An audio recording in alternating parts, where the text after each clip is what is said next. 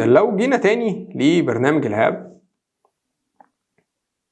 تمام، هلاقي ان انا ببساطة جدا ممكن اعرف الويزر بتاعي. يعني مثلا عندي في الميدل ايست مثلا هدخل على مثلا مصر مثلا او السعودية مثلا، تمام. هلاقي عندي شوية مدن، تمام. لو دهران مثلا هختارها، هيطلع لي كل الداتا بتاعتي، تمام. لو عندي مثلا جدة هيطلع لي الداتا بتاعتي بالكامل، تمام. لو الرياض كذلك هيطلع لي. طب انا عندي مشروع في مدينة تانية، عندي في مكة مثلا او خميس مشيط أو اي مدينة تانية مش موجودة، تمام. طبعا هنا ممكن اكتب، يعني بيسمح لي ان انا اكتب مثلا مكة. طيب الداتا بتاعتي هجيبها منين؟ تمام.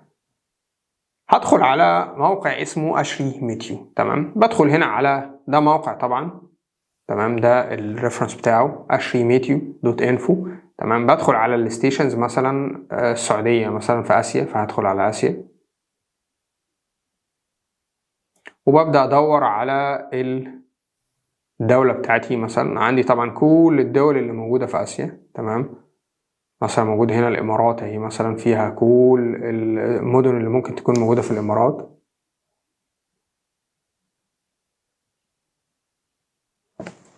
دي السعودية مثلا، هنا هلاقي معظم المدن اللي موجودة في السعودية. مثلا عندي الدمام، مش عارف، القصيم، كل المدن اللي ممكن تكون موجودة عندي. لو شفت مثلا مكة اهي مثلا، هيبدأ يديني مكان محطة الرصد بتاعها. لو جيت قربت كده هيديني مكان محطة الرصد بالظبط.